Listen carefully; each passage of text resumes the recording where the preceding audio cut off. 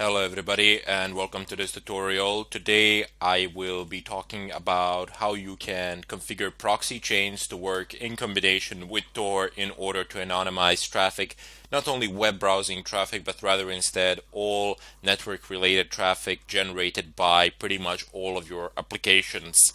Now there are a few of those which will not work in combination with proxy chains. Namely, one such application is uh, or piece of software is Metasploit. Now, Metasploit is practically a hacking framework, and it is of crucial importance for pretty much any sort of hacking activity in today's world, especially because it allows automated generation of code needed to break a certain system, and it also contains a list of vulnerabilities as well.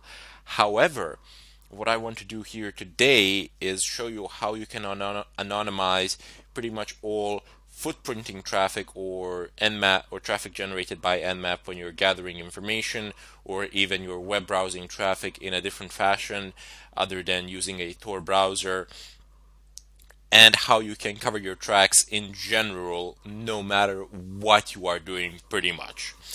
So one of the first things that you do need to do in Kali Linux, it comes pre-installed, so you need Tor and Proxychains.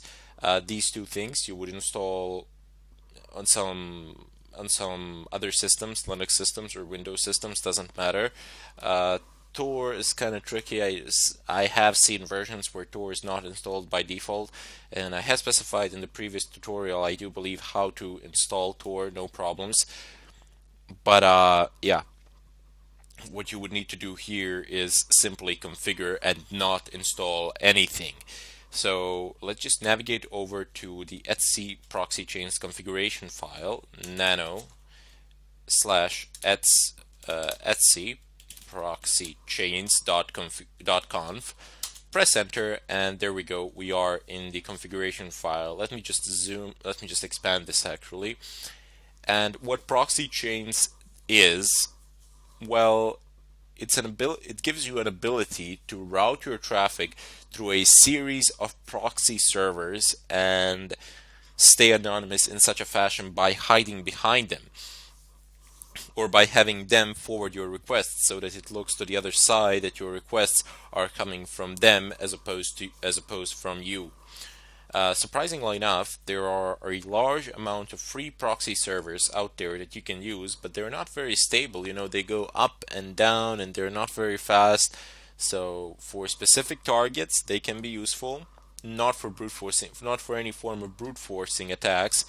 But if you are doing something to a certain target, if you're trying to log in or you're already logged in, you can definitely do it through proxy chains, and it will be reasonably fast and reasonably stable as well. But if you're doing some sort of mass scanning or you're brute forcing a password or something of a kind, proxy chains with a list of proxies selected from the internet, free proxies that is, that's not going to work out. I mean, it's going to work out eventually in a technical sense, but it will consume more time than you can spare.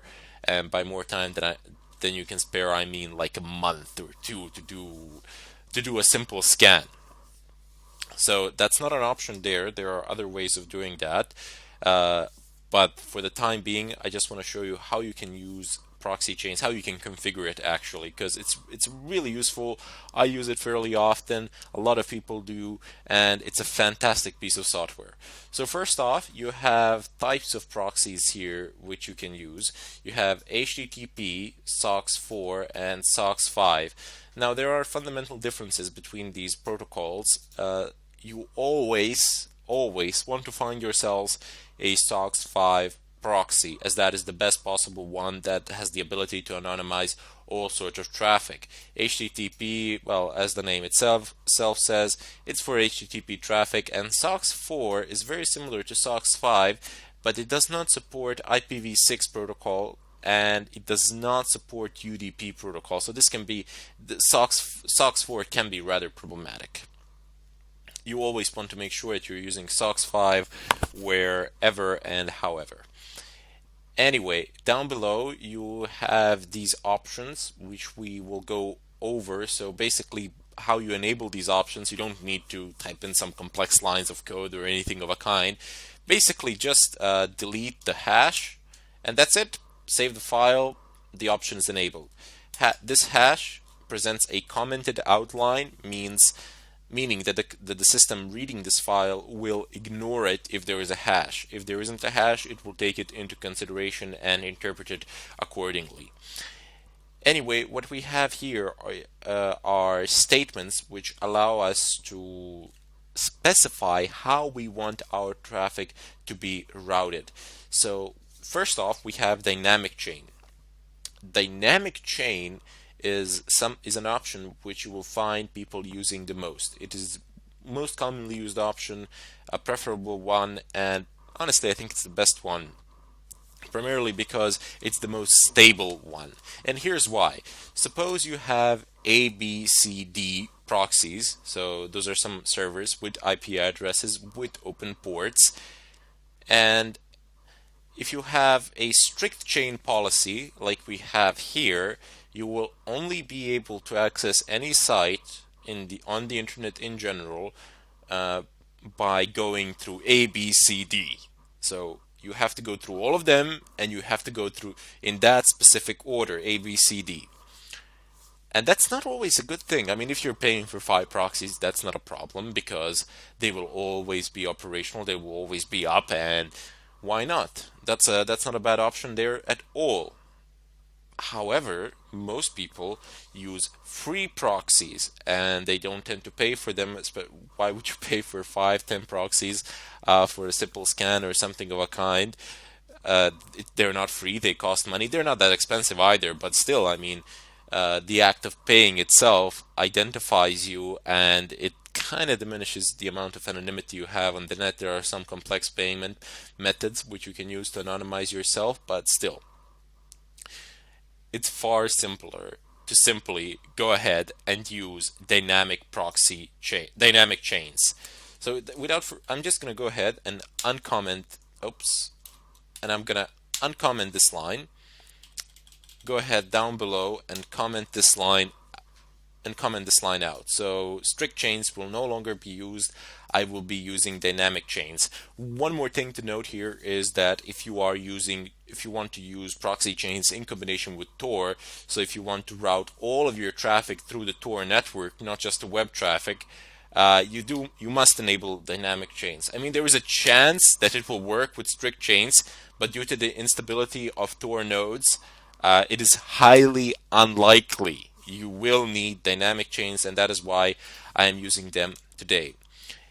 Anyway, if you are using dynamic chains, it just gives you the ability to go from A, B, C, D to your desired destination by not having to adhere to any order. So let's say that C is down, you would go A, B, D, and it would work no problems. Even if B was down, you would go A, D, and you would still reach the destination. So as long as one single proxy is functional, it's going to work, and you don't require any specific order to it.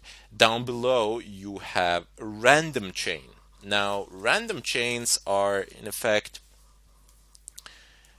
basically the same thing as resetting your services. I mean, if you're resetting your Tor, you will be assigned a new IP address. I mean, Tor assigns you a new IP address every 10 minutes or so anyway. But with the random chain, you can specify a list of IPs, and then you can tell your computer, okay, I want you to connect to this point, and every time you connect, every time you transmit a packet, I want you to use a different proxy. You can do that as well. That's one of the options, definitely. You can say, okay, go use this one 5 times and then change it to another one or something of a kind. There are a lot of options to specify there, primarily the chain length. Anyway, if we go ahead down below, there's the quiet mode. You don't really need that. Proxy DNS requests, no leak from DNS data. This is very important. You cannot have any DNS leaks. Let me explain to you what DNS leaks are. Even though somebody cannot get your particular IP address, they can get the IP address of the DNS server that you are using. what DNS servers do is resolve domains to IP addresses and vice versa. So for example, if you typed in, I don't know, youtube.com, the DNS server of your local ISP provider will resolve that into some sort of an IP address that the YouTube has, and it will make a request, no problems. You do not want that happening because your local DNS server will be discovered, and that information can be used in order to figure out your personal IP address, and then when that is done, your physical location is pretty much compromised. So that's a no-go. You definitely need proxy DNS here. It might slow you down a bit, but without it, you're practically not anonymous. It's just a matter of time before somebody finds you. If you go down below, oops, we have some other options here, but we're not really interested in them at the moment. What we got here are formats for entering proxies, and I'm gonna leave it at that, and then we'll explain the rest in the follow-up tutorial.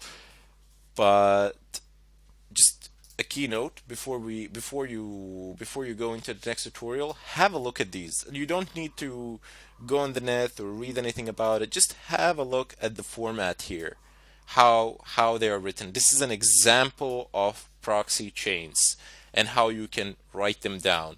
And not a bad idea would be to figure out what these last things are here. So you have a type of proxy, you have an IP address, figure out what this number is, what this name is, and what this word here is. I will of course explain all of this in the next tutorial, but just try to figure it out on your own, and then you'll get the answers. It's pretty simple. In any case, I bid you farewell, and I'll see you in the next tutorial.